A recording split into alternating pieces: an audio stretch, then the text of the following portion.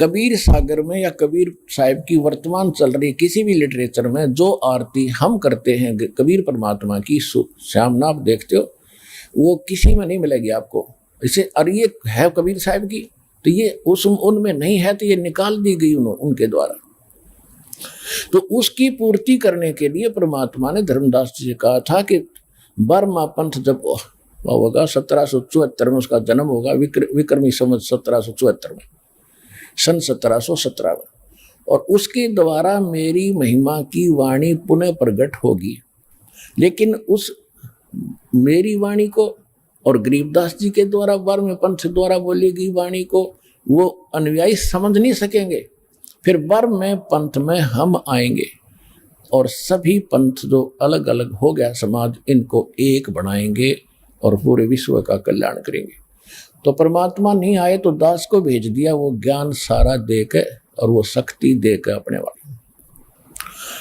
अब आपका कल्याण होगा।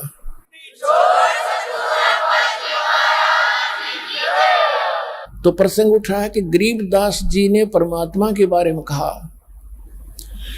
ना सतगुरु जननी जने उनके माने बापे, पिंड ब्रह्मंड से रहित जाना तीनों तापे। के ना सतगुरु जननी जने, कबीर परमात्मा माँ से जन्म नहीं लिया और उनके कोई माता पिता नहीं है। और परमात्मा ने जब गोरखनाथ जी के साथ गोष्ठी हुई थी और गोरखनाथ जी के छक्के छुड़ा दिए थे, सिद्धि में भी वो फेल कर दिया था, तब गोरखनाथ जी ने पूछा था, भगवान आप कौन हो? मेरे सामने सिद्धि में कोई टिकने वाला आज तक नहीं था। परमात्मा कबीर जी ने क्या बताया, अवधू अवगत से चल आया, मेरा कोई भेद मर्म ना पाया। अवधू अवगत से चल आया, मेरा कोई भेद मर्म ना पाया। ना मेरा जन्म ना गर्भ बसेरा, बालक बन दिखलाया, काशी नगर जल कमल पडेरा, तहाँ जुलाहे न पाया। मात पिता मेरे कछु नाही, ना मेरे घर दासी, जुल्ला का सुत आने कहाया, ये जगत करो मेरी हासी। मात पिता मेरे कछु नाही, ना मेरे घर दासी, जुल्ला का सुत आने कहाया, जगत करे मेरी हासी। 5 तत्व का धड़ना मेरा, जानो ज्ञान अपारा, सत्य स्वरूपी नाम साहिब का, वो है नाम हमारा। 5 तत्व का धड़ना मेरे, जानो ज्ञान अपारा, सत्य स्वरूपी नाम साहिब का, वो है नाम हमारा। अधर द्वीप और गगन गुफा में तानज वस्तु सारा, तेरा ज्योत स्वरूपी अलख निरंजन, वो धरता ध्यान हमारा। अधर दीप और गगन गुफा में तानज वस्तु सारा, तेरा ज्योत स्वरूपी अलख निरंजन, ये भी धरता ध्यान हमारा। हाड चाम लहू ना मेरे, कोई जाने सतनाम उपासी, तारण तरण अभय पद दाता, मैं हूं कबीर अविनाशी। हाड चाम लहू ना मेरे, कोई जाने सतनाम उपासी, तारण तरण अभय पद दाता, मैं हूं कबीर अविनाशी। परमात्मा ने कहा कि ना मेरा जन्म ना गर्भ बसेरा, एक बालक बन दिखलाया, और काशी नगर जल कमल पडेरा, तहाँ जुलाहे न पाया। मात पिता मेरे कछु नाही, ना मेरे घर दासी, और जुल्ले का सुत आन कहाया, जगत करे मेरी हंसी। मेरे कोई माता पिता नहीं, ना मेरे कोई पत्नी थी, और मैं कोई संस्कार था पिछला इनके साथ मेरा, क्योंकि ये नीरू नीमा जो जुलाहे थे, ये द्वापर युग में सुदर्शन भगत के माता पिता थे, और सुदर्शन भगत ने एक बात मांगी थी, परमात्मा आपने सब कुछ दे दिया, नाम दे दिया, ऐसा ज्ञान दे दिया, पर दुर्भाग्य रहा मेरे माता पिता का, उन्होंने आपका ज्ञान सुना नहीं, ना आपकी बात मानी, ना नाम लिया दाता। और माता पिता का कर्ज मेरे से उतरेगा कैसे दाता? एक दया करियो, उनको किसी जन्म में शरण में लेकर पार करना दाता। तो परमात्मा ने कहा, सोचा था कि ये मूर्ख भी मरेगा माँ बाप के मुंह में, तब परमात्मा ने कहा था या चिंता छोड़, टेंशन छोड़ दे तू, उन्हें मैं पार करूंगा। तो तब संतोष हुआ था उस भोले भगत के। परमात्मा ने पता था यो भी जागा नरक में, आज इसको आश्वासन नहीं दूंगा। सुदर्शन जी को ये पता था कि परमात्मा ने जो कह दिया वो फाइनल है, तब वो निश्चिंत होकर सतलोक गया था, नौ भी रह जाता यहीं पर। तो उस आधार से परमात्मा ने, ये नीरो नीमा वही आत्माएं थी। तो इनके लिए मालिक ने देखो कहाँ जंगल में आके विश्राम किया एक कमल के फूल पर, और फिर जुलाहों में झोपड़ी में। आज से 600 वर्ष पहले क्या स्थिति थी आम नागरिक की अपने हिंदुस्तान के अंदर, और वो सुधर जाती। वहाँ कैसे रहते थे, कैसा वहाँ पर भेड़ बकरियों का मलमूत्र बांस उठी रहा करती, बदबू आती थी, बेड स्मेल होती थी, और वहाँ भी रहे मालिक हमारे लिए। और हम इतनी शराब, इतनी भांग पिए पड़े हैं काल के जूठे रंग की, इस चोचलों की, हम भगवान को पहचान नहीं पा रहे हैं। तो अब आपकी पहले भांग उतारी जाएगी ये एंटीबायोटिक सत्संग सुना के, और फिर आप भगवान पहचानोगे। परमात्मा कहते मात पिता मेरे कुछ नाही, ना मेरे गरदासी, और मैं जुल्हे का सुत आण कहाया, और यो जगत करे मेरी आसी। मुझे दुल्हा सुदर दानक कह के और मेरा मजाक उड़ा रहे हैं। फिर कहते 5 तत्व का ये शरीर नहीं है मेरा। यजुर्वेद अध्याय नंबर 40 के मंत्र 8 में उसमें लिखा है कि सपरि आगात कबीर मनीषी शुक्रम अकायम ऐसनाविरम। परमात्मा जो है, जो कबीर परमेश्वर है, कबीर परमेश्वर सर्वज्ञ है, मनीषी माने विद्वान सर्वज्ञ, और उनका शरीर शुक्रम अकायम ऐसनाविरम अबिंदम।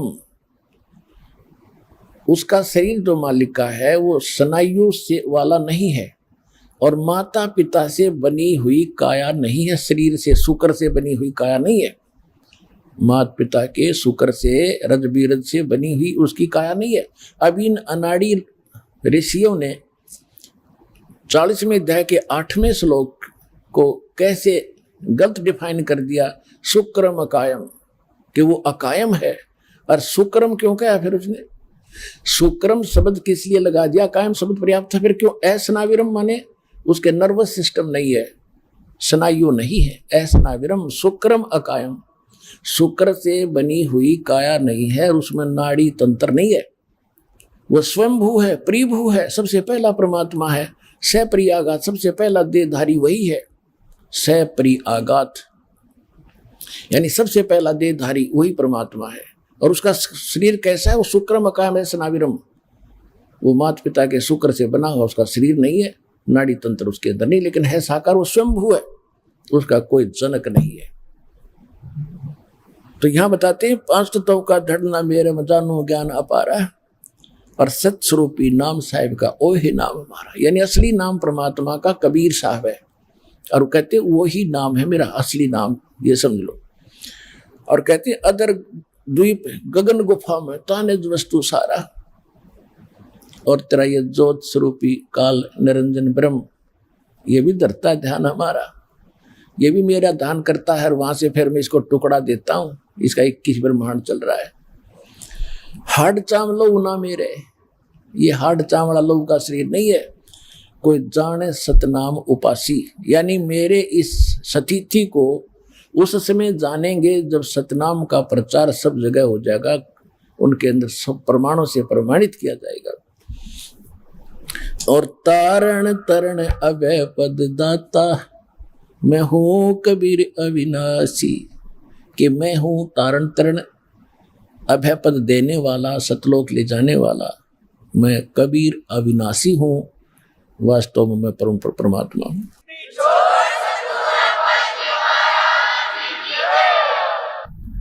अब परमात्मा के कलयुग के अंदर प्राकट्य के विषय में जानकारी देंगे। पहले थोड़ी भूमिका बनाते हैं कि नीरू और नीमा, जिनको परमात्मा लहर तारा तालाब काशी नगर यानी बनारस में मिले थे तालाब में, वो कौन थे ये आपको पहले बता भी दिया। ये द्वापर युग के अंदर भगत सुदर्शन जी के माता पिता थे। इन्होंने उस समय परमात्मा के ज्ञान को स्वीकार नहीं किया था, ना नाम लिया था। सुदर्शन जी की प्रार्थना स्वीकार करके भगवान ने कहा था, बेटा तू जा। और मालिक भी कहते हैं, सोशल छिद्र में करूं अपने जन के काज,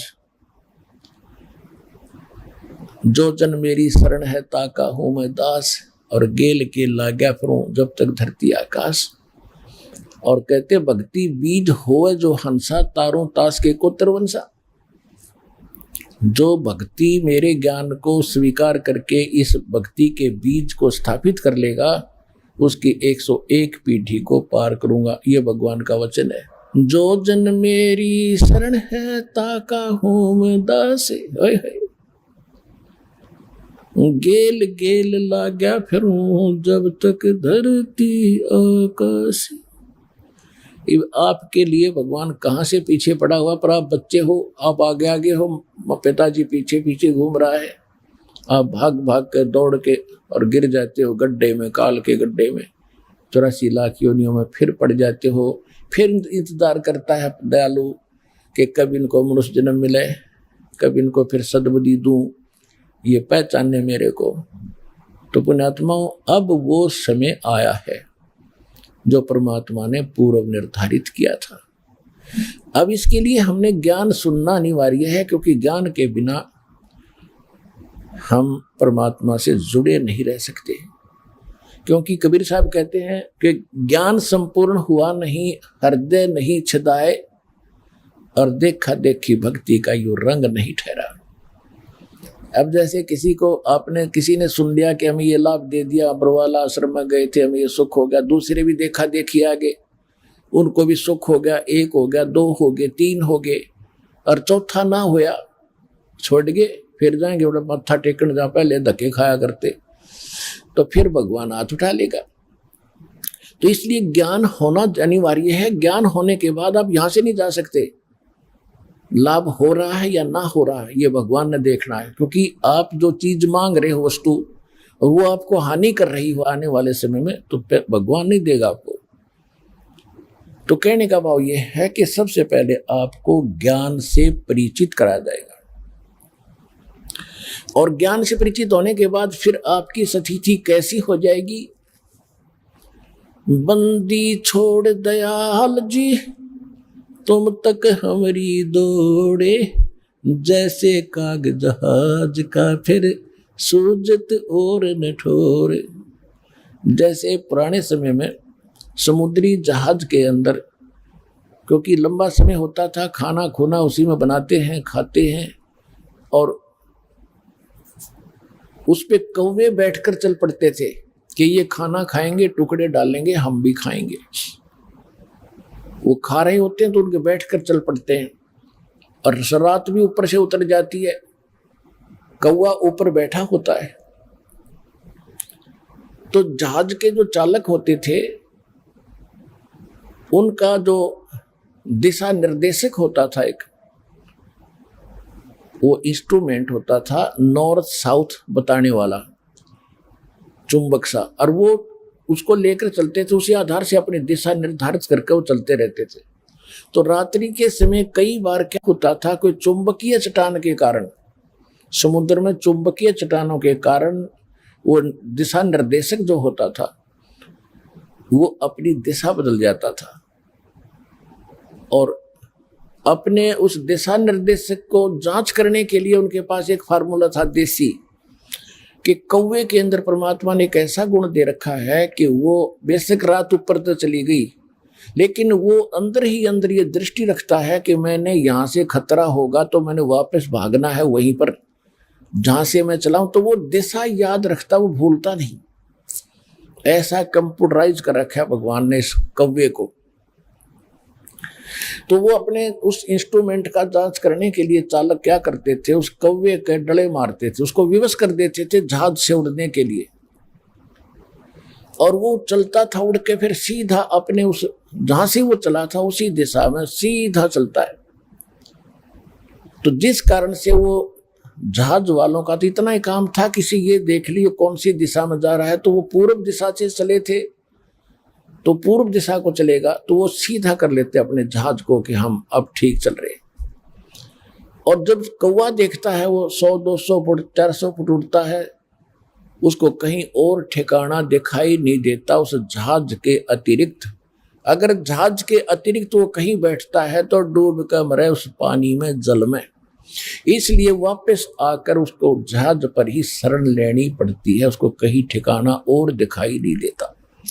तो इसी प्रकार जब आपको कंप्लीट ज्ञान हो जाएगा इस कबीर भगवान का, आपकी स्थिति ऐसी हो जाएगी कि सतलोक आश्रम बरवाला के अतिरिक्त इस पृथ्वी पर कित उभरण यानी बचाव का स्थान नहीं है, इस काल के बहुजल में डूबन का ही है। तो इसलिए आप जी को इतना विद्वान बनाया जा रहा है कि आपकी स्थिति फिर ऐसी हो जाए, बंदी छोड़ दयाल जी तुम तक हमारी दौड़े, जैसे काग जहाज का अब सूजत और न ठोरे। तो आज आपको परमात्मा आपके लिए कितना कष्ट उठा रहे हैं, कैसे आते हैं, और आप इतने अनजान हो गए, इतने गाफिल हो गए कि आप भगवान को नहीं पहचान पा रहे। और थोड़ा सा सुख है, कोई उच्च पोस्ट प्राप्त होगी है, ने सोचा प्लाटून पा के गया। अब इन जो अधिकारी हैं छोटे या बड़े, इन्हें साहब कह देता है फूल जा, और जय इन्हें भगत जी कह देते शर हो जा। इतना अभिमान हो गया इन लोगों में। और हमने ये दुख दिखाई देता है कि ये भी भगवान के बच्चे हैं, क्योंकि काल को तो पता था कि शिक्षित करेंगे तो इनमें बुराई घनी आवेगी, अहंकार भर जाएगा, और अहंकार भगवान के निकट आने नहीं देता। तो परमात्मा को मालूम था कि ये बिगड़ेंगे तो इन्हें सेट भी कर लूंगा, एक बार ज्ञान समझ में आ जाओ, ये समझण जोगे हो जा, फिर इन्हें श्याम दाम दंड भेद से सीधे मार्ग लाऊंगा। और सभी उसी के बच्चे, जैसे अब्राहिम सुल्तान अदम एक राजा था और कितना अहंकारी था, कितने ठाठ थे। उस परमेश्वर ने अपनी वह प्यारी आत्मा नरक में जाती दिखे थी, उसको वहां उस नरक से निकालने के लिए हम तो माया मांगे, अगर घने ठाठ हो जा, कोठी हो मैं बड़ा अफसर बन जा, और परमात्मा ने वो बड़े अफसर से छोटा अफसर बनाया, एक दास बनाया इस नरक से निकालने के लिए। तो ये परमात्मा का ऑपरेशन जो है वो इस संसार से विपरीत है, और हमने संसार के ही महिमा को, शोभा को, इसी को ग्रहण कर रखा है कि ये बनी रहे बस, और तो देखी जा। आपकी और हमारी बुद्धि तो जीव की है, और भगवान आपकी आत्मा का उद्धार करना है। तो अब परमात्मा ने सभी को ठीक करना है, और ठीक हुए बिना, ये सिद्ध हुए बिना ये भक्ति नहीं कर सकते। इनकी अकल ठिकाने लाड़ी दाता तो कोई प्रधानमंत्री बना फिर है, और जो कितनी उच्च पोस्ट प्राप्त उसको, वो उसके बच्चे हैं। और ये वो बच्चे जो अब्राहिम सुल्तान अदम जैसे थे, अच्छी किस्मत, पिछले जन्म के बड़े पुण्यकर्मी है भगवान के, कभी इन्होंने भक्ति ठीक कर रखी है, आज ये अपना जीवन नाश करके गधा बनकर खड़े हो जाएंगे। तो वो परमात्मा चाहता है कि कति निर्धन से लेकर अमीर तक, और छोटे से लेकर बड़े कितने अधिकारी कर्मचारी हैं, सबको भगवान का ज्ञान कराना है, इनका जीवन नाश होने से बचाना है। तो इसके लिए पुण्यात्माओं दास के साथ आपने थोड़ा सा संघर्ष करना पड़ेगा। हम किसी का बुरा नहीं करेंगे, हम भले के लिए करेंगे, सबके उद्धार के लिए करेंगे। जैसे बच्चा इंजेक्शन नहीं लगवाता है तो पकड़ के माता पिता जबरदस्ती लगवाते हैं, रोलेगा थोड़ी देर और क्या होगा, फिर जीवन तक बचेगा उसका। तो जो भी ये थोड़े दिन बकवास करेंगे कर लेंगे, पर इन्हें सिद्ध कराएंगे। भक्ति करो और प्रचार करो मालिक का, उन तक पहुंचा दो मालिक के ज्ञान को, उनकी आंखें खुल जाएंगी।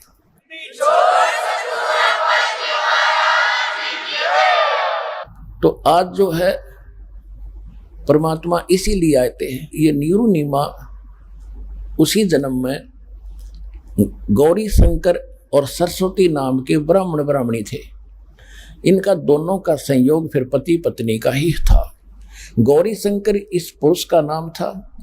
ये बहुत अच्छा नेक व्यक्ति था, अच्छा ब्राह्मण था, किसी को गुमराह नहीं करता था, ना ये दूसरे जो श्राद्ध श्रूद के चक्कर में ये नहीं पड़ता था। केवल शिव भगवान की कथा करके जनता को ज्ञान समझाता था, भगवान की महिमा बताता था जैसा इसको पता था, और उससे जो भी दक्षिणा आती थी उससे अपना निर्वाह करता था, और फिर भी कोई पैसा बच जाता था तो भंडारा करता था, धर्म में लगाता था। ऐसा नेक ब्राह्मण था, और इसकी महिमा घनी होगी थी। बाकी तो रोजी रोटी वाले ब्राह्मण थे, तेरे ये करड़ाई आ गई है, तेरे ऊपर ये संकट है, इतने पैसे धर दे, इतने दान कर दे, फलाना कर दे, ये अटपट करणीय थे। तो उनकी महिमा कम होती जा रही थी, और गौरी शंकर की संख्या श्रोताओं की यानी यजमानों की बढ़ती जा रही थी। और पहले ये हमारे ब्राह्मण लोग शिक्षा इसीलिए ग्रहण करते थे कि हम ज्यादा इनकम कर सकेंगे। को काशी विद्यापीठ पर कहा जाता था तो उस क्षेत्र में उसी से सब अपनी क्रियाएं कराते थे, उसके खूब धन इकट्ठा होता था।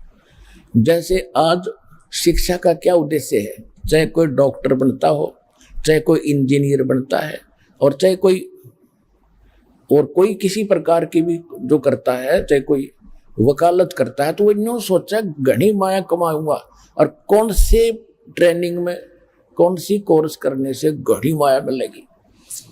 अब इतना उद्देश्य, बेशक चाहे कोई मानो चाहे मत मानो, इतना ही उद्देश्य लेकर पढ़ रहे हैं। फिर क्या है कि इसी प्रकार पहले ये ब्राह्मण लोग पढ़ा करते थे, अपने बच्चों को पढ़ा करते थे कि काशी विद्यापीठ पढ़ कर आ गया तो घनी कमाई करा करेगा, ठाठ हो जाएंगे। इसी कारण से उन ब्राह्मणों को ईर्षा होगी उस गौरी शंकर से। उधर से उस समय मुसलमान धर्म के जो राजा लोग थे वो दिल्ली के शासक रहे लगातार कंटिन्यू। तो मुसलमानों को पता चला, काजी और मुल्लाओं को, कि हिंदू धर्म का सबसे ज्यादा प्रचार ये गौरी शंकर कर रहा है, और उनको ये भी मालूम हुआ कि जो अन्य धर्म गुरु हैं वो सारे इसके विरोधी हैं। उसका फायदा उठा के उन्होंने गौरी शंकर सरस्वती को जबरदस्ती मुसलमान बना दिया। उनके घर में अपना जूठा पानी छिड़क दिया, उनके मुंह में डाल दिया, और सब देखने वाले देख रहे थे। उन ब्राह्मणों को पता चला जो इससे ईर्षा रखते थे, उन्होंने सब जगह पंचायत करके कह दिया कि गौरी शंकर मुसलमान हो गया, इसको धर्म से जाति से निकाल दिया, इसको गंगा में स्नान करना बंद, इससे कोई भाईचारा बंद, और इसके नाते रिश्ते बंद। अब वो ऐसा ही हो गया, और उसके पास कोई चारा बचा नहीं। गौरी शंकर सरस्वती के पास उन्होंने मुसलमान धर्म स्वीकार करना पड़ा। अब समस्या आ गई रोजी रोटी की। पहले तो दक्षिणा आती थी, अब उन्होंने सोचा भी सस्ते में कौन सा काम शुरू हो।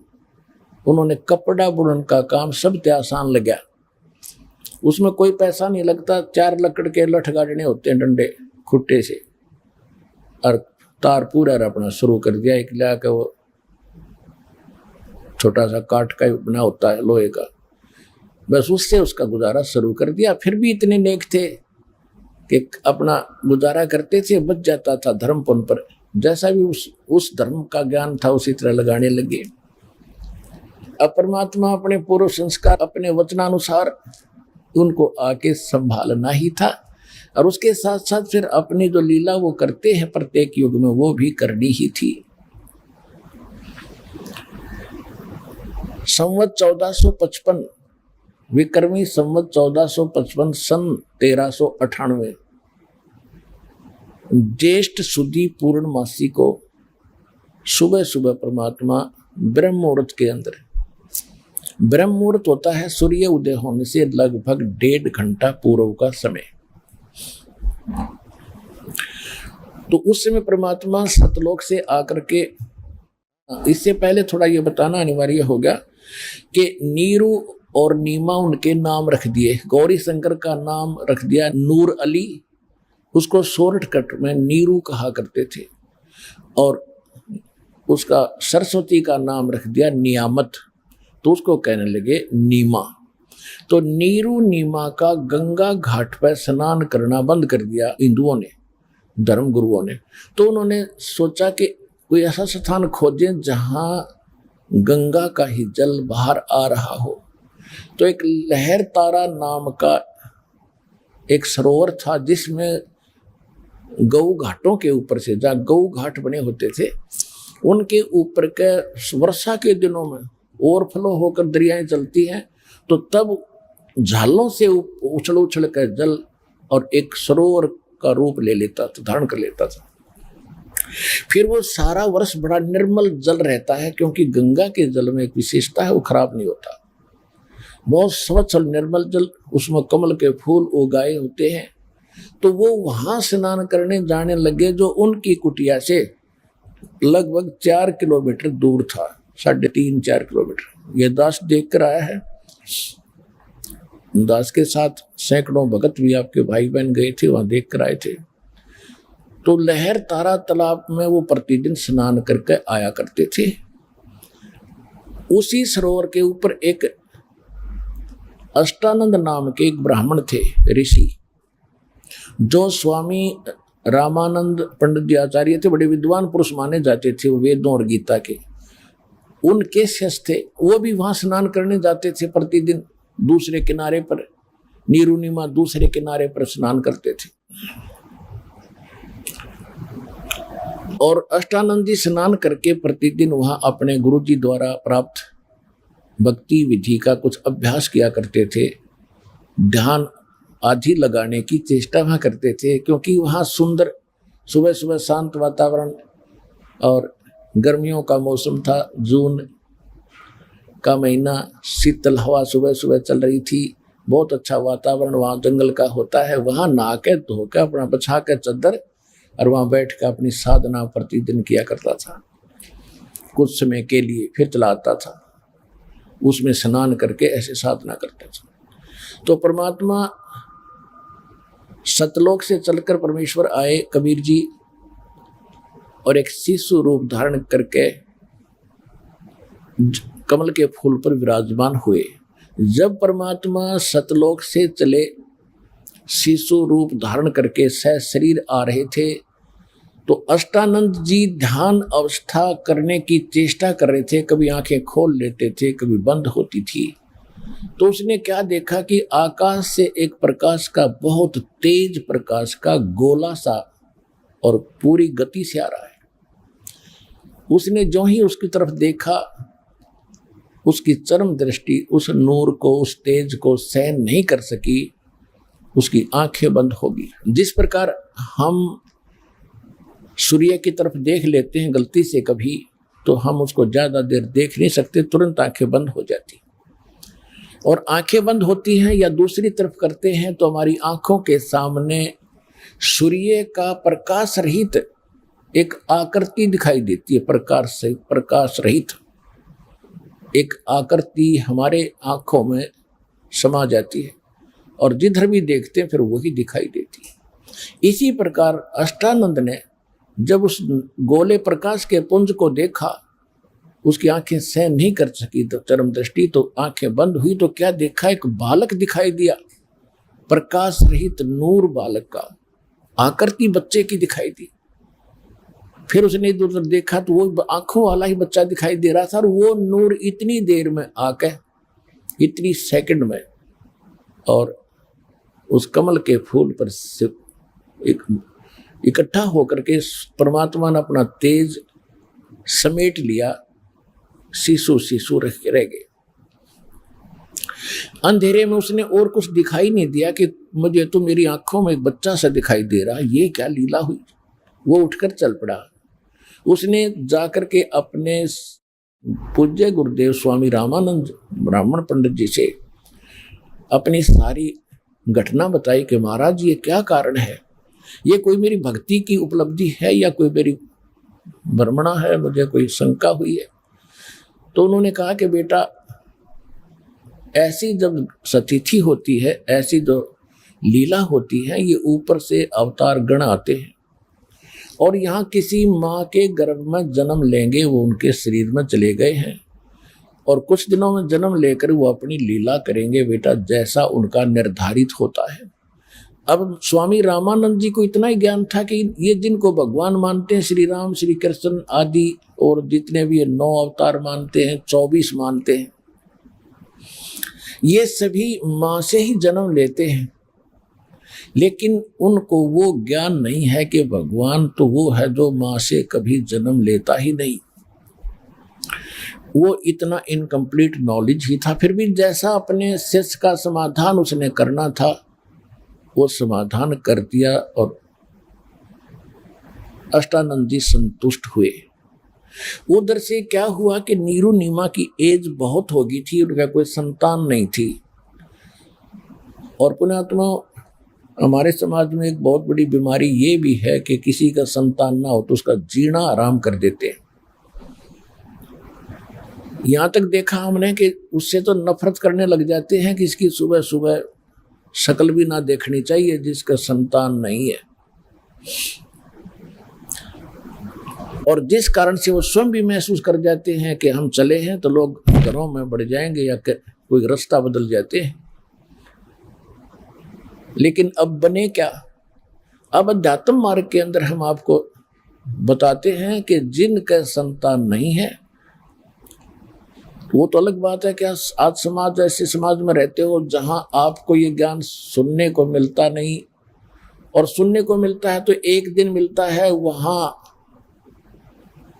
बाकी समय वहां सब लोगों के ताने यानी व्यंग सहन ही करने पड़ते हैं, जिस कारण से हमारा ये ज्ञान हृदय में टिकता नहीं।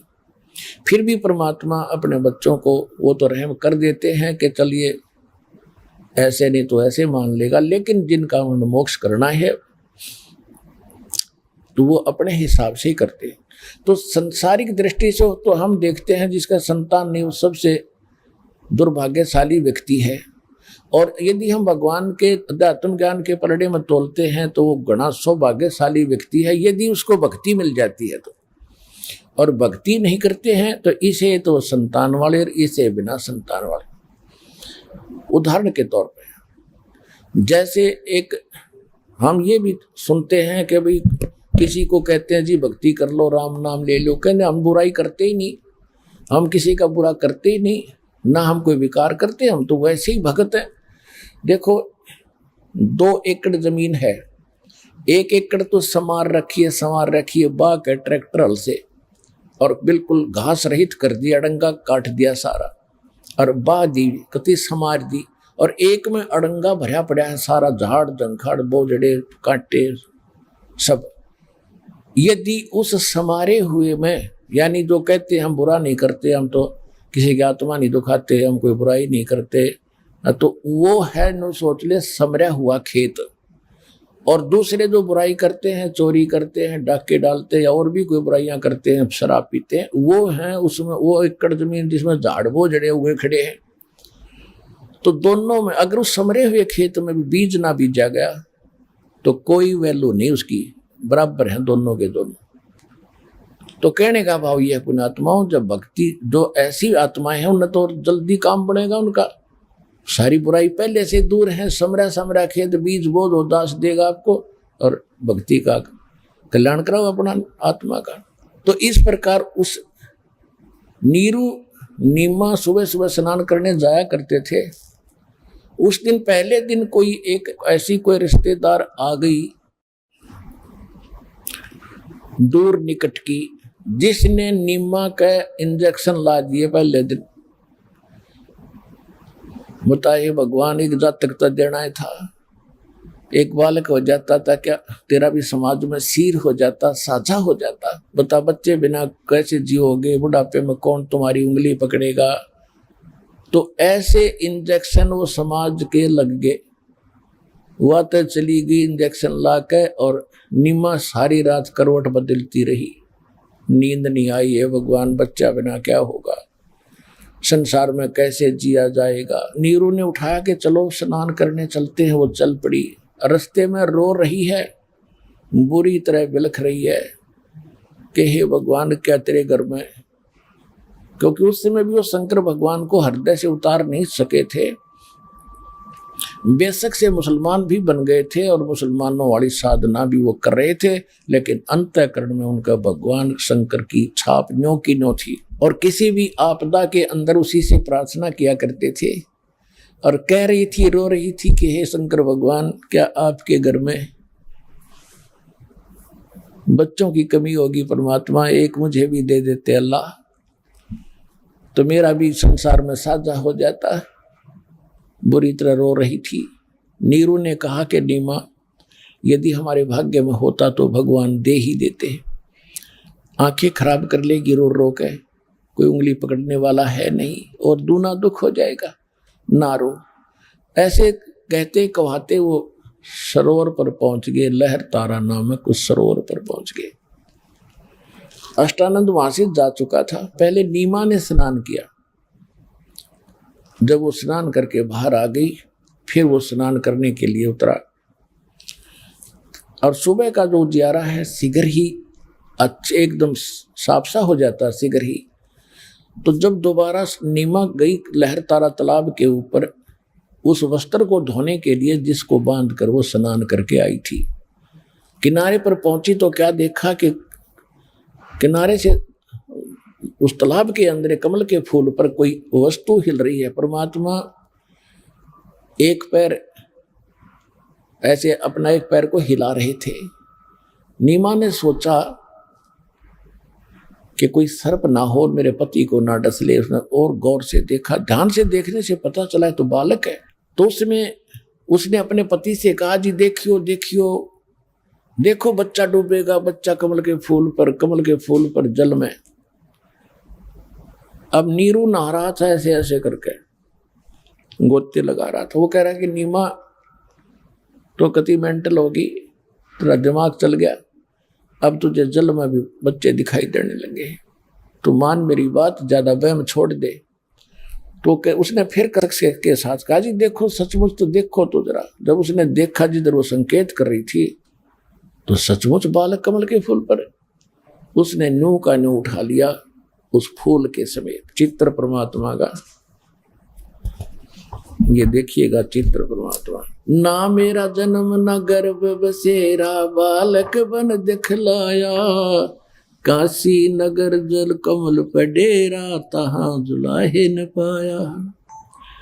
मात पिता मेरे कछु नाही, ना मेरे घर दासी, जुल्ला का सुत आने कहाया, जगत करे मेरी हासी। नीरू ने ला करके वो बच्चा अपनी पत्नी को थमा दिया। अपने आत्माओं, जिस परमात्मा के लिए ऋषि महर्षि हमने भी कभी किसी जन्म में शरीर गाल दिए उसको पाने के लिए कठिन तपस्याएं की, उल्टा पैर ऊपर पैर करके नीचे को सिर करके भी साधनाएं की। वृक्षों पर भी झूले हमने, पैर भी सुझा लिए, खड़े तप किए, कई बैठ कर किए। क्यों खोद रहे थे उस मालिक को? क्योंकि उसमें घना गुण है। उसके प्राप्त होने के बाद हमें यहाँ भी सुख और परलोक चले जाएंगे। और वही शीतल सुखदायी परमात्मा जिस माई के सीने से लगा एक बेटे की तरह, अब उसको जो अनुभव सुख का हुआ होगा उसका कोई शब्दों में बयान उसको नहीं किया जा सकता। अगर वो मालिक के हम चरणों में भी लग जाएं उसके, तो हमें कितना सुख होगा। और वो सीने से लग रहा है उस माँ के, उस माई को। तो गरीबदास साहिब जी ने उनका चित्रार्थ बहुत अच्छा किया है कि गोद लिया मुख चूम कर हेम रूप जलकंत। कहते उस माई ने उस उठाया, कभी उसके मुंह ने चूमे, कभी माथे के चूमे उसके ने, कभी सीने से लगा। और सौ शुक्र मनाओ अपने शंकर भगवान का कि हे परमात्मा, आज याद किया था आपको हृदय से, आज ही आपने पुत्र दे दिया। अपने आत्माओं, ये है चीज, ये वस्तु है जानने की कि हम करते तो कबीर भगवान रहे सारा कुछ हमारे लिए, और हम इनकी पूजा करते थे इन देवताओं की, और क्रेडिट हम इनको देते थे, महिमा इनकी होती थी। परमात्मा ये चाहते थे कि ये किसी की महिमा करो, क्योंकि परमात्मा को महिमा की आवश्यकता नहीं, उनको तो आपकी आवश्यकता है। और वो ये चाहते थे चलो किसी भी डले ढोरे हैं, इनका आस्था भगवान की बनी रहे, कोई दिक्कत नहीं मुझे। और फिर आने दो, इस समय तक आपको लाना था,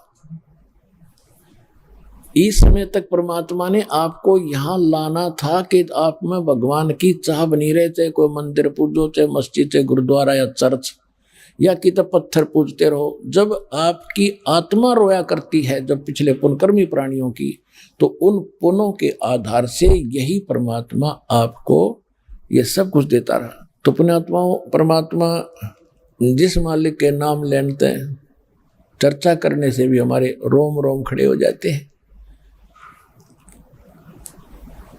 और उसको माई ने सीने से लगाया, उसको कितना सुखद अनुभव हुआ होगा।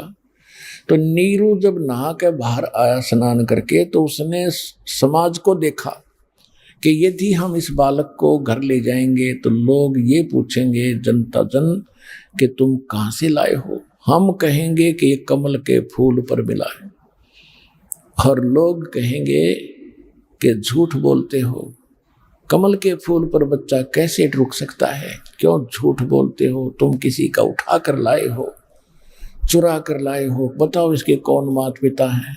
हमें पीटेंगे, बच्चा भी छीनेंगे और नगरी से भी निकाल देंगे। उसने अपनी ये सोच अपनी पत्नी से बताई कि मेरे विचार ऐसा है, तो इस बच्चे को यहीं छोड़ दे। हम अभी तो मुसलमान बने, ना हिंदुओं हमारा कोई जानकार है, ना मुसलमानों में कोई रिश्ता नाता हुआ, कोई बालक नहीं हमारे, और हमारी ऐसी सतिथि हो सकती है, तो इस बच्चे को यहीं छोड़ दे, इसमें हमारा हित है, खैर है। लेकिन नीमा ने कहा कि इस बालक ने ना जाने मेरे ऊपर के जादू कर दिया, मैं इसको त्याग नहीं सकती, मर सकती हूं। तो नीरू ने पहली बार अपनी पत्नी की तरफ थप्पड़ मारने के लिए हाथ उठाया कि मैं तेरी हर बात को मानता रहा हूं आज तक, इसलिए कि तेरे बालक नहीं है, और इसलिए कि तू तेरी आत्मा को दर्द दुख ना हो, और तू हठ करने लगी अब प्रत्येक बात का, मेरी एक नहीं सुनती, छोड़ इस बालक को, ना तेरे लगाऊंगा 2 थप्पड़। उसी समय परमात्मा शिशु रूप में कहने लगे कि नीरू मुझे घर ले चलो, तुम्हें कोई कुछ नहीं कहेगा, मैं तुम्हारे लिए ही आया हूं। अब इस बात ने सुनकर वो नीरू डर गया कि ये कोई फरिश्ता हो सकता है, ये कोई ऐसा भूत प्रेत ना हो तेरे को हानि कर दे। चुप करके चल पड़ा, यस कहा ना नो कहा, घर ले आए। अब जब घर ले आए, इतना न्यारा बच्चा, इतना तेज मालिक का, इतना सुंदर शरीर, इतना हैंडसम, वह पूछो मत, कोई वर्णन नहीं कर सकते। वैसे जुलाहों में उस समय जो जुलाहों की सतिथि होती, आम नागरिक की ऐसी होती थी, सांवले सांवले से रंग होते थे तकरीबन, और उनका न्यारा शरीर था। आखिर तक मालिक तो अलग ही थे। तो जो भी पता लगा कि नीरू नीमा का इतना सुंदर बच्चा मिला इनको, वो ये भूल भाल गए क्यों मिला, कितने मिला, ये जरूर पूछ रहे थे कहाँ मिला, के कमल के फूल पर था। अब किसी ने इतना विवेक ना करा कि कमल के फूल पर कैसे हो गया, जल में पाया, तो कुछ उन्होंने अपने हिसाब से थोड़ा बहुत चेंज भी कर दिया। वहां पर रखा था किनारे पर कमल के फूल पर धरा था कि ये खाम खान चट वो ना करेंगे चट चट। तो कहने का भाव ये है कि सारा गांव ऐसे देखने के लिए चला उस बच्चे को, जैसे मंडली बनाकर औरतें गीत गाती हुई आया करती हैं, किसी के कोई देखना होता था, कोई बच्चा हो जाता था, ऐसे आने लगी। यहां तक कि राजाओं तक ये बात पहुंची कि इतना सुंदर बालक आज तक देखा ना सुना। तो ये बात खत्म हुई। उसके बाद जब बच्चा 25 दिन का हो गया, ना दूध पीवे ना अन्न खावे, कुछ भी नहीं खावा पीवा। नीरू और नीमा दोनों चिंतित हुए, लेकिन नीमा माँ को ज्यादा टेंशन होती है। वह तो सारा दिन उनके मुंह की तरफ देखती रहती थी बच्चे को, और दूध वो पी नहीं रहा था, और स्वस्थ ऐसे था जैसे बच्चा किलो दूध पीता हो डेली। इतना तरह उसका शरीर स्वस्थ हो रहा था, फल रहा था, फूल रहा था। अब 25वां दिन जब निकला तो नीमा ने फाइनल कर दिया कि हे परमात्मा, शंकर भगवान, हे शंकर भगवान, आपने अपनी दासी की एक अर्ज सुनी थी और इस संसार में जीने की एक आस जागी थी। ये बच्चा आपने देना ही नहीं था दाता, अगर ये ऐसे मरना था तो। अब ये दूध पी नहीं रहा, अब ये कभी भी मर सकता है। भूखा बच्चा 1-2 दिन निकाल सकता है और ये मरेगा, साथ मरूंगी मैं। अब इस संसार में मेरा बच्चा जिया नहीं जागा। कोई व्यंग कसेंगे, कोई ताने लगावेंगे कि तेरा किसका बच्चा लाए थे ठाके, इसलिए तने संभाला, कोई ना मार दिया। एक कलंक मेरे सिर पर और रखा जागा और इसके बिना मैं जी नहीं सकती। ये कति हृदय में मान लिया। परमात्मा तो अंतर्यामी है, उनको मालूम था कि मैं तो मरूना, पर यह बुढ़िया जरूर मर जाएगी। इसलिए उन्होंने शंकर भगवान को प्रेरित किया। परमेश्वर के रिमोट से चलता सारा जीव। शंकर भगवान अपने शिवपुरी में, शिवलोक में ऊपर से एकदम उसका कसक हुई कि मुझे कौन पुकार रहा है। एक साधु रूप बनाकर संत का, और शंकर भगवान वहां आ गए और कहा, माई क्यों रो रहे हो, क्या बात है। और वह इतनी बुरी तरह रो रही थी कि उसके मुंह से शब्द निकल नहीं पा रहे थे। तो शंकर भगवान ने यानी साधु रूप में कहा, माई क्या बात है। तो उसने कहा रोती रोती ने, महाराज जी मेरे दुख को ना सुनो, मेरा दुख बहुत भारी है, आपके सतर का नहीं है। तो उसने कहा कि माई कहते हैं कि अपना दुख किसी को बता दे तो हल्का हो जाता है, आप बताओ तो हो सकता है मैं कुछ कर सकूं। तो उसने बताया कि पहले हमारे संतान नहीं थी और हम एक सरोवर पर स्नान करने जाते हैं। एक दिन मैंने अपने भगवान शंकर भगवान को याद किया था, हृदय से पुकारा था। उसी दिन मेरी पुकार सुनी, कमल के फूल पर एक बालक दिया उसने। और अब ये 25 दिन का हो गया महात्मा जी, ना ये कुछ खाता ना पीता। ये तो निश्चिंत है कि इसकी मृत्यु होगी और साथ मैं मरूंगी, मैं सुसाइड करूंगी, मैं जीऊंगी नहीं। ये फाइनल फैसला है, नो रो रही हूं कि भगवान ना देते तो अच्छा। तो अब दे कर ले रहे हो। तब शंकर भगवान ने कहा कि तेरा बेटा ला माई कहाँ पर है। वो लाई उठाकर, माई ने सोचा साधु संत कुछ वरदान दे देते हैं, इसके चरणों में डाल देती हूँ, बच्चे को जीवन रक्षा कर देंगे। जो ही बच्चों को, परमात्मा को, कबीर जी को, बालक को शंकर भगवान के चरणों में डालने के लिए जमीन पर डालना चाहा तो परमात्मा ऐसे हवा में उड़ गए और शंकर भगवान के सिर के समान इतनी ऊंचाई पर आकर न्यू के न्यू रुक गए। अब उस माई ने सोचा, नीमा ने, कि इस बाबा जी में गजब की करामात है, इसने मेरा बच्चा हवा में उड़ा दिया, देख न्यू का न्यू डांट दिया। तो फिर शंकर भगवान ने ऐसे हाथ किया जैसे बच्चे को हाथ में लेते हैं, परमात्मा वहां से उसके हाथों में आ गए। तो इन लीलाओं को देखकर नीमा की आशा जागी कि अवश्य मेरे बच्चे का कुछ समाधान ये संत जरूर करेगा। तो जब परमात्मा को शंकर भगवान ने गोदी में लिया तो दोनों की नजर मिली। तो शंकर भगवान ने कहा, उसके परमात्मा के हाथ देखे, क्योंकि ये जंतर मंत्र ज्यादा पर लोगों का दिल डांटते हैं। परमात्मा के हाथ को देखकर कहा, माई तेरा बेटा मरे को नहीं, ये मरने वाला नहीं है, इसकी तो बहुत लंबी उम्र है। तो नीमा ने कहा कि महात्मा जी इन सुख की सांत्वना से मेरा दिल नहीं डटेगा, यो बच्चा कुछ पीवेगा तो मेरा दिल डटेगा, ना तो मुझे इस सुख की सांत्वना से संतोष नहीं हो सकता। कुछ भी बात बनाओ, अविनाशी है, ये कैसे जिएगा जो मरने वाला है। तब परमात्मा ने कहा कि शंकर भगवान इनको कहो एक कुंवारी गाय ले आवे, कुंवारी गाय ले आओ बछिया, जिसके साथ बैल ना लगा हो, कभी टच ना की हो, और एक कुम्हार के घर से पवित्र पात्र ले आओ, कोई बरोला हांडी यानी कोई मटका मिट्टी का छोटा, तो उसने ऐसा ही कहा कि माई अपने पति को बुलाओ। वो भी आ गया। और उससे पहले क्या था कि नीरू भी साधु संतों के पास जाता था, अपने बच्चे की जो ये भोजन नहीं करता उसके विषय में सबसे प्रार्थना करते थे, सब जंतर मंत्र भी कर लिए थे, पर कोई असर नहीं हो रहा था।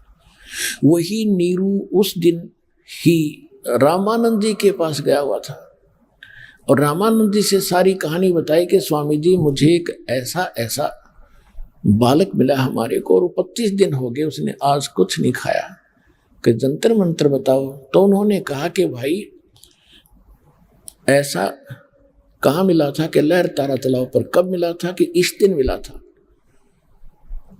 तो उसने जो अष्टानंद वाली बात सुनी थी वो कुछ हृदय में आई, लेकिन उनका ये ना जचाई थी कि ऐसे भगवान कमल के फूल पर स्वयं आ गया होगा, तो उसने उसको ध्यान नहीं दिया।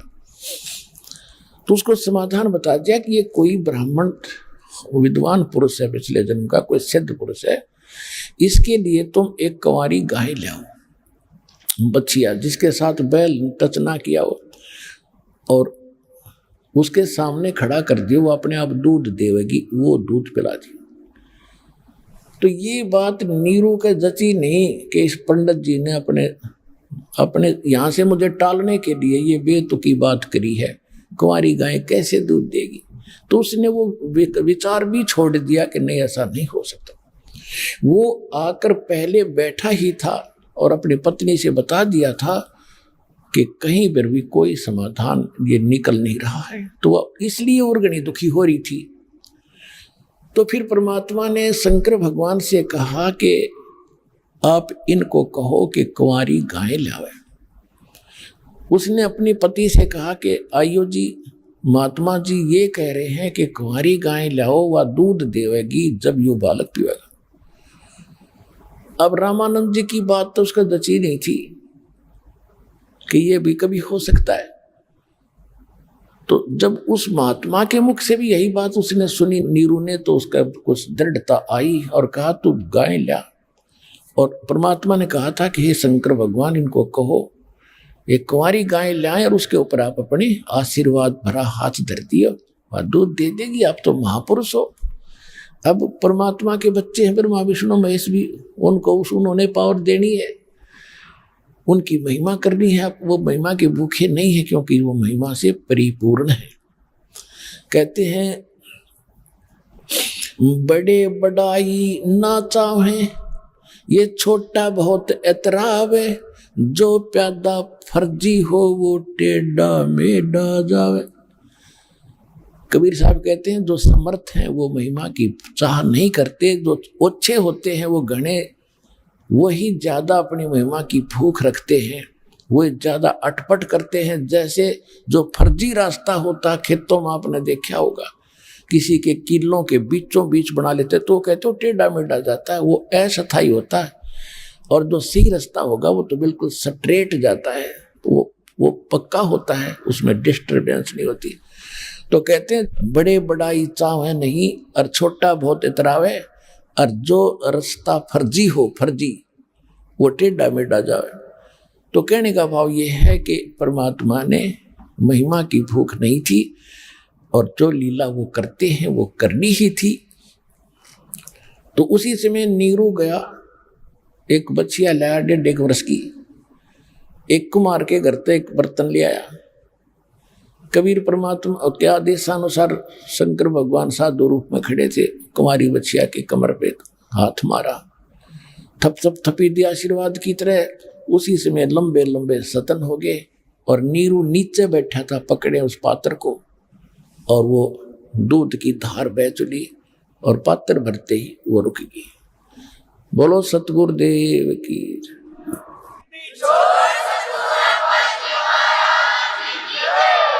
वो परमात्मा ने, कबीर भगवान ने वो दूध पिया, फिर उस गाय ने अपने वो दूध देने लगी, ऐसे दूध देती रही। तो परमात्मा के परवरिश की लीला कंवारी गायों से हुई आज से 600 वर्ष पहले, जो भगवान प्रकट हुए थे।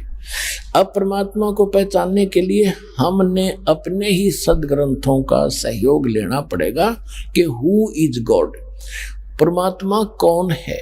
परमात्मा वही है जिसकी डेफिनेशन और जिसके सब गुण मेरिट्स हमारे सदग्रंथों में मिलते हो, क्योंकि वेदों को पूरा विश्व मानता है कि परमात्मा की सही जानकारी है। हिंदू धर्म के लिए तो ये एक आभूषण है, एक गहना है। ये हमारा एक बहुत अच्छा वो सदग्रंथ है। इनमें जो लिखा सही है, तो इनमें जो लिखा है और जो लीला जिसने की है, ही इज गॉड। 2 अक्षर की बात है।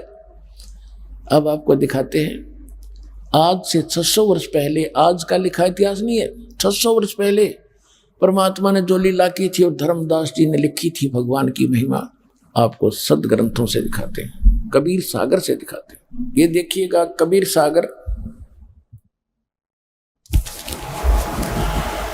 संपूर्ण 11 भाग, खेमरा से कृष्ण दास प्रकाशन मुंबई से प्रकाशित है। कबीर सागर कबीर पंथी भारत पथिक स्वामी युगलानंद बिहारी द्वारा पुरस्कृत मुद्रक एवं प्रकाशक है खेमरा श्री कृष्ण दास, अध्यक्ष श्री वेंकटेश्वर प्रेस, खेमरा श्री कृष्ण दास मार्ग, मुंबई। इसमें एक ज्ञान सागर नाम का अध्याय है। अब इसके ये है ज्ञान सागर,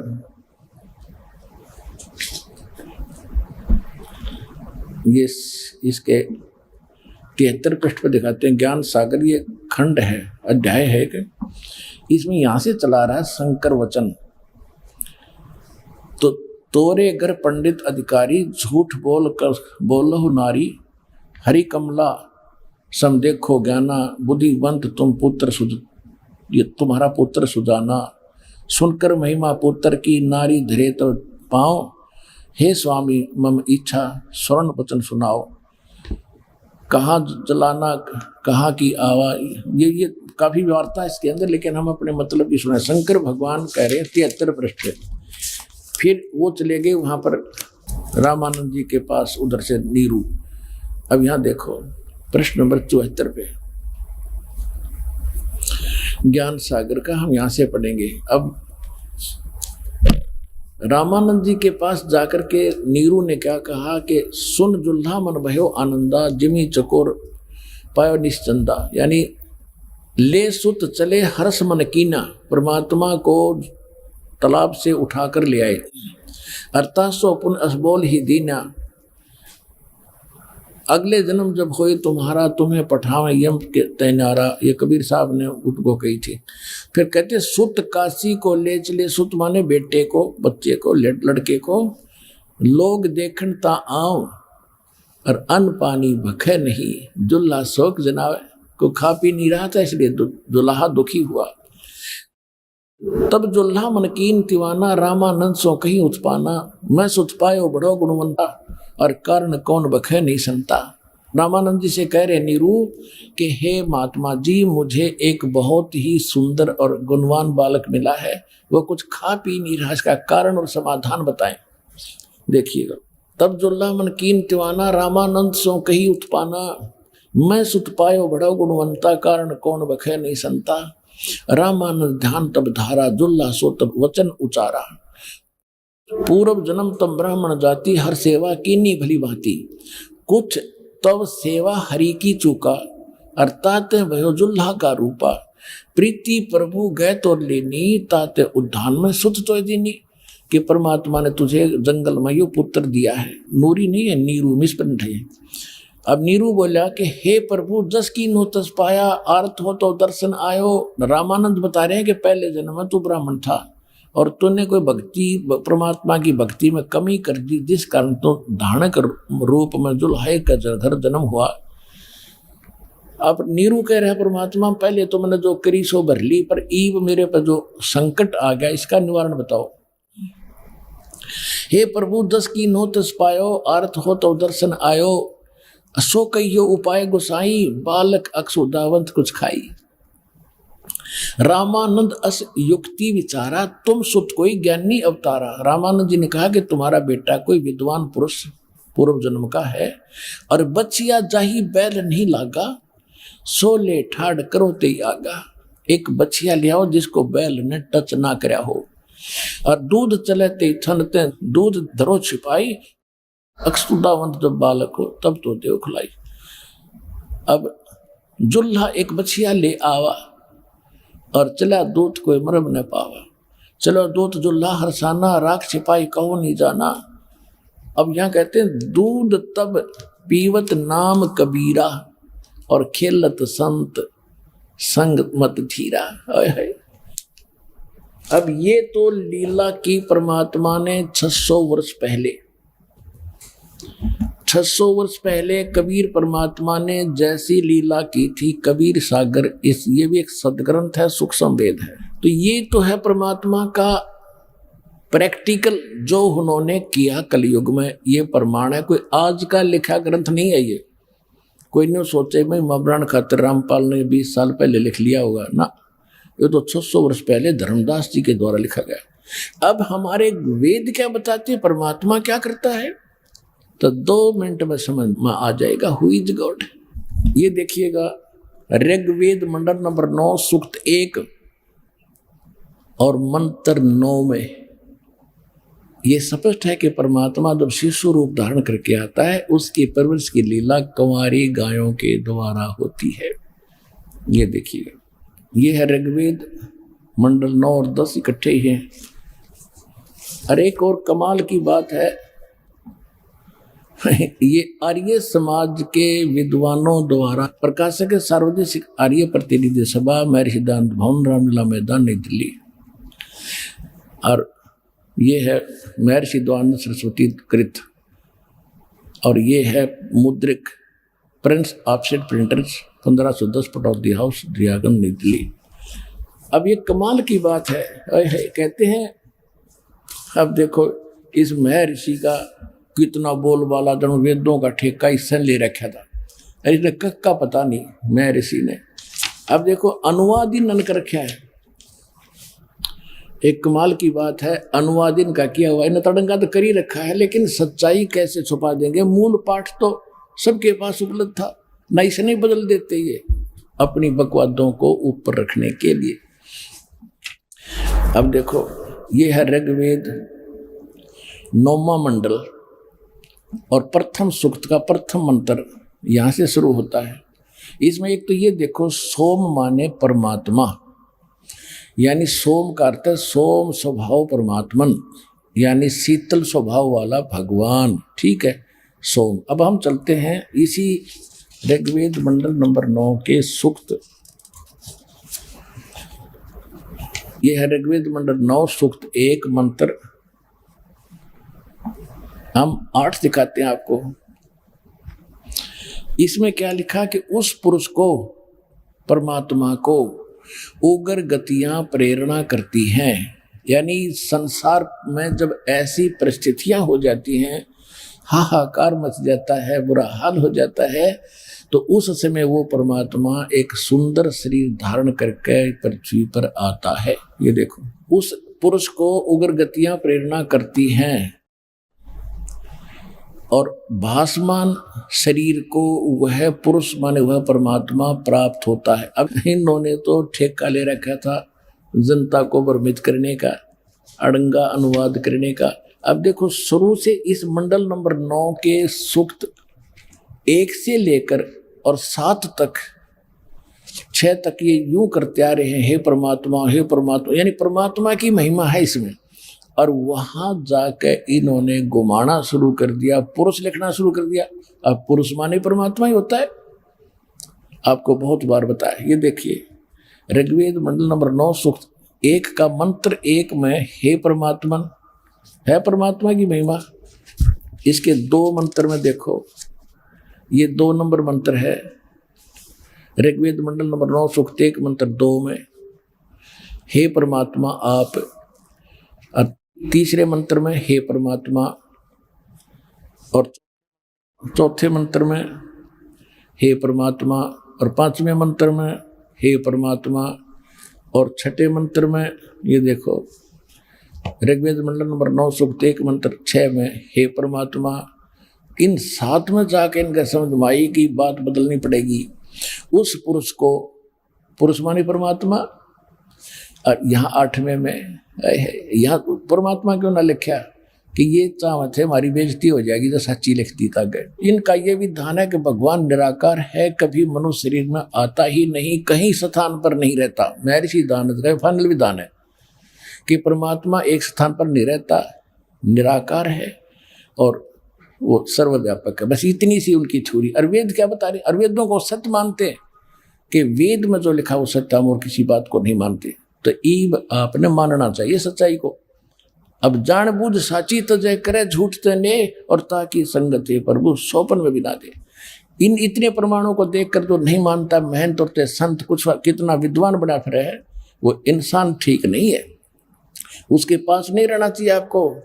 परमात्मा कहते जानबूझ साची तजय और करे झूठ तने और ताकि संगति है प्रभु सोपन में बिना दे। तुरंत छोड़ देना चाहिए ऐसे नालायक आदमी को। अब ये ऋग्वेद मंडल नंबर 9 सूक्त 1 और मंत्र 8 में उस पुरुष को, उस परमात्मा को उग्र गतियां प्रेरणा करती हैं। बुरी ऐसी भयानक स्थिति हो जाती है जैसे आजकल हो रही हाहाकार मच रहा। भासमान शरीर को यानी सुंदर शरीर को वह परमात्मा प्राप्त होता है। और वो परमात्मा हमारी, इसमें यह भी प्रमाण दिया है कि वो इसी मंत्र में ऋग्वेद मंडल नंबर 9 सूक्त 1 मंत्र 8 में कि वो परमात्मा 3 स्थिति से हमारी देखभाल करता है, 3 शरीरों से। देखना भासमान शरीर को प्राप्त होता है और जिसमें 3 प्रकार से दूसरों का कल्याण करने के लिए यानी दूसरों का उपकार करने के लिए, परोपकार के लिए मधु में शरीर मिलता है 3 प्रकार का। अब जैसे दास ने प्रारंभ में बताया था कि एक सतिथि में भगवान वहां बैठे सतलोक में अपने सिंहासन के ऊपर, तख्त के ऊपर, सिर पर मुकुट है, ऊपर छत्र राजा की तरह। और दूसरी सतिथि में ये बालक बनकर आते हैं, प्रत्येक युग में एक लीला करते हैं, आम जनसाधारण की तरह बड़े होते हैं। धीरे धीरे सब एक अच्छे नागरिक की भूमिका, एक अच्छे भगत की भूमिका और एक सतगुरु की भूमिका ये स्वयं करके जाते हैं। तो उस दूसरी प्रकार की जो स्थिति है उसका वर्णन अब 9वें श्लोक में मंत्र में है। देखिएगा ऋग्वेद मंडल नंबर 9 सूक्त 1 मंत्र 8 पढ़ दिया हमने, 9वां देखो, देख कितना स्पष्ट है। शिशु रूप है, शिशु अभी इमम अधन्या उत्सरणंती धेनव, धेनव माने गौवे, शिशु माने शिशु रूप में प्रगट परमात्मा को सोम इंद्राय पातवे। अभी इमम अधन्या, यहां देखा इन संधि छेद करके अलग अलग लिखे। इमम माने उस, सोम माने सोम स्वभाव वाले पुरुष को, हर सोम माने परमात्मा लिख रहे शुरू आप पे। तो यही इन्होंने घुमाना था कि ये पुरुष पर सोचेंगे कोई आदमी के बारे में लिखा होगा, क्योंकि आम आदमी इतना पढ़ा लिखा था ही नहीं, ना उसको ज्ञान था। तो इब्दास पर दया करिए, दातुम ज्ञान को आपके समक्ष लाने के लिए। परमात्मा कहते हैं गुरु बिन काहू न पाया ज्ञाना, जो तो था बुस छड़े मूड किसाना। गुरु बिन वेद पढ़े जो प्राणी, समझन सार रहे अज्ञानी। और सतगुरु क्या करेगा? 9 मन सूत उलझिया, ऋषि रहे जख मारे। सतगुरु ऐसा सुलझा दे भाई, उलझे न दूजी बारे। परमात्मा जो लाए थे, एक शेर सूत अगर उलझ जाता था सारा दिन लग जाता था उसको सुलझाने में। और जब तोड़ दे गांठ पड़ेगी तो जिसने कपड़ा बनवाया वो चौनी नहीं दे बनवाई की। इसलिए दुल्हाओं की मजबूरी होती थी, सारे सूत को सुलझा के फिर बनाते थे। तो परमात्मा कहते अध्यात्म मार्ग का इन अज्ञानियों ने 9 मन सूत उलझा कर डाल दिया। और ये ऋषि रहे झकमार, इनसे नहीं सुलझा। और सतगुरु ऐसा सुलझा दे भाई, उलझे न दूजी बार। अब ऐसा सुलझा दिया, इस कलयुग में नहीं उड़ जाएगा ज्ञान को, भक्ति करियो चाहे ना करियो।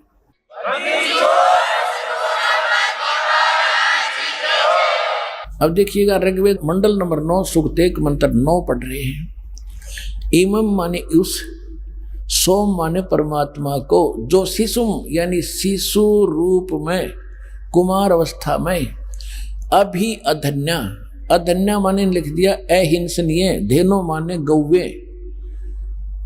अब अहिंसनीय नहीं, हमारे देसी भाषा है या हरियाणा की जो गाय बिना दनाई हो ना, नए दूध ना हुई हो, गर्भ ना रहा, उसको कहते हैं ये बिना दनाई है, अधन्या, बिना दनाई। और उसको संस्कृत में अधन्या, यानी जो धनाई नहीं है, जो बैल ने टच नहीं की है सांड ने। और अभी यानी कंप्लीट, परिपूर्ण, पूर्ण रूप से, सर्व प्रकार से, यानी कंवारी। अभी अधन्या, ये कंवारी के लिए वो है प्रमाण। देखिए, अभी अधन्या, सब प्रकार से, अधन्या माने बिना धनाई, यानी कंवारी। अभी अधन्या इकट्ठा ही लिखना था। अभी अधन्या माने कंवारी गौओं से उनकी तृप्ति करती हैं, वो कंवारी गायें उनकी तृप्ति करती हैं। किसकी? उस शिशु रूप धारण, बालक रूप धारी परमात्मा की बालक अवस्था में। ये अभियदना माने कंवारी गौवें तृप्त करती है, उनकी परवरिश की लीला कंवारी गायों से होती है। ही इज गॉड, जो ऐसी लीला करता है। तो यह करी किसने थी? 600 वर्ष पहले उस कबीर परमात्मा ने उस धानक जुलाहे को कहा करते थे, वो थी। और जिन महापुरुषों ने परमात्मा को जाना, जिनको मालिक तीसरी सतिथि में आकर मिले थे, आदरणीय धर्मदास साहिब जी, आदरणीय नानक साहिब जी, आदरणीय मुलुकदास साहिब जी, आदरणीय दादू साहिब जी, आदरणीय गरीबदास साहिब जी, आदरणीय गीसादास साहिब जी, इन महापुरुषों ने क्या बताया है? हम सुल्तानी नानक तारे दादू को उपदेश दिया, जात जुलाहा भेद न पाया, वो काशी महे कबीर हुआ। अनंत कोट ब्रह्मंड का एक रति नहीं भारे, सतगुरु पुरुष कबीर हैं, ये कुल के सृजन हो रे। ये भी स्पष्ट कर दिया गरीबदास साहिब जी ने कि मैं, इंक्लूडिंग मी, हम, इब्राहिम सुल्तान अधम, दादू जी और नानक जी को भी उन्होंने पार किया। हम सुल्तानी नानक तारे दादू को उपदेश दिया, जात जुलाहा भेद न पाया, वो काशी महे कबीर हुआ। अब दादू साहिब जी ने क्या किया है? जिन मुझको निज नाम दिया, सोए सतगुरु हमारे, दादू दूसरा कोई नहीं, वो कबीर सिरजनहारे। अब नानक साहिब जी ने क्या कहा है? गुरु ग्रंथ साहिब के, नानक साहिब जी का पहले की जो वाणी है वो स्वयं नानक साहिब जी के मुख अरविंद से उच्चरित है। पहले मेले की वाणी है 24 नंबर पृष्ठ पर कि तेरा एक नाम तारे संसार, तेरा एक नाम तारे संसार में, एहो आस एहो आधार, भाई सूरत मुलुकी वेश, ई ठगवाड़ा ठगी देश, खरासियाना भोता बारिये, धानक रूप रहा करता। गुरु ग्रंथ साहिब के 721 पृष्ठ पे लिखा है कि एक अर्ज गुप्तम पेश तोदर कून करतार, हक्का कबीर करीम तू बे अपरवरदिगार। उसमें नाम लिखा दाता का कि हे कबीर परमात्मा, हे हक्का कबीर माने हे सत कबीर, हक माने सत्य, हक्का कबीर करीम तू बेअब परवरदिगार, और सारी सृष्टि का रचनहार तू ही करतार। फिर 731 पृष्ठ पर लिखा है कि अंधला नीच जात परदेसी मेरा, खिन आवे तल जावे, अर्जा की संगत नानक रंदा, कैसे मोंडा पावे। कति प्रमाणित कर दिया को नीच जात को, जिसने तो वो है मेरा परदेसी, मेरा साथी, यानी मेरा भगवान। एक सेकंड में यहाँ देखता हूँ, एक सेकंड में ऊपर पावे, तो इसकी आद और अंत को मैं क्या बताऊं तुम्हारे को।